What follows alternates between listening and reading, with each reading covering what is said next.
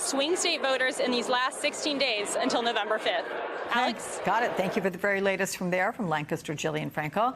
Joining me now, we have Molly Jong-Fast, special correspondent for Vanity Fair. Molly's latest article says we all have a lot to lose if Trump wins. We also have Melanie Zanona, senior congressional reporter for Punchbowl News. There you girls are. Good to see you both.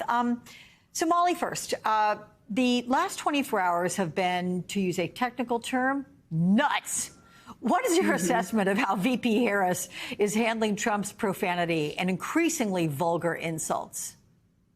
She's been good. I mean, look, it's an impossible situation. The stuff he said on the stump was the stuff about Arnold Palmer, it was so sort of beyond the pale that I think a lot of mainstream journalists had trouble even figuring out how to cover it. I had to listen to it multiple times to make sure it was right. And it was just so meandering and strange. And look, he's gotten increasingly strange and she just is staying the course. It is like he is sort of doing for her in this last stretch. We'll see what happens. But I do think you could, as a Democrat, you could not ask for him to be doing weirder stuff. And really, you look at the reaction from the crowd behind him as he's doing that, as I'm trying to say, did he watch and say, did he just say that? And they're cracking up and think it's so funny and entertaining.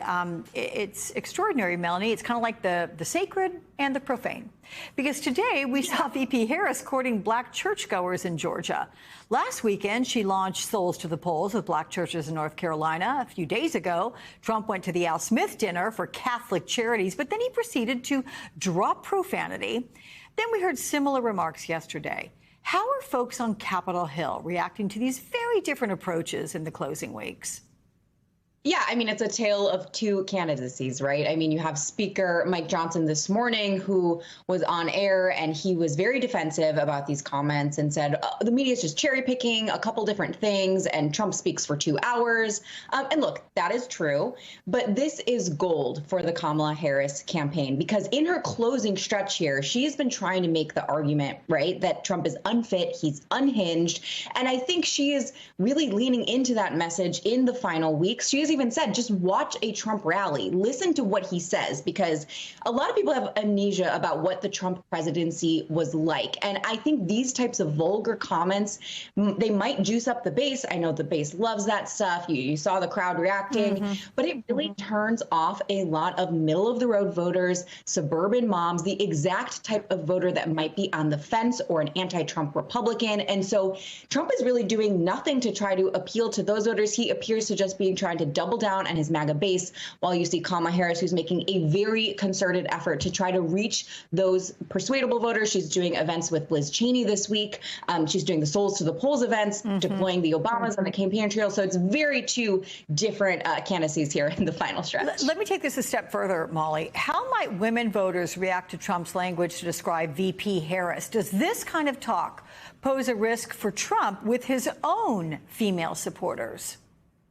Well, I think the best example of people freaking out about this was that Trump was on Fox and Friends last week, and the Fox and Friends anchors were like, don't you want to appeal to women? Don't you think you should take Nikki Haley with you on the campaign? And he couldn't even say something nice about Nikki Haley. So, yes, clearly he should reach out to women. But, you know, Trump has just sort of given up on that and is almost completely about doubling down on the base, trying to get those low propensity 1s and 2s out there and not really caring about the middle of the road, the voters who might hold their noses and vote for him anyway.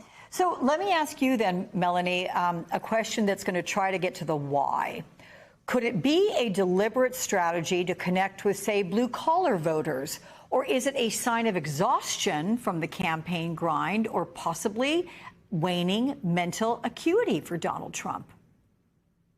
Alex, it's hard to imagine that talking about a golfer's genitalia is a concerted political strategy. What I will say, though, is there is a slice of the male population who looks up to Donald Trump because he just says whatever he wants. He presents as this sort of macho man. is a beautiful wife, a wealthy, successful man. And so I do think in that sense, he leans into that. He recognizes that resonates with some of these low propensity voters, some of the base. But I will tell you, behind the scenes, speaking to his advisors, they had just been begging him, Alex, for months to try to stick to the script, to talk to the issues, because they think that even though there are women and independents who are turned off by his behavior, that at the end of the day, they want to support his policies and are skeptical about a Kamala Harris presidency. But it seems like in these last few weeks, they have just given up on that. They've given the ball to Trump, and he is just running with it.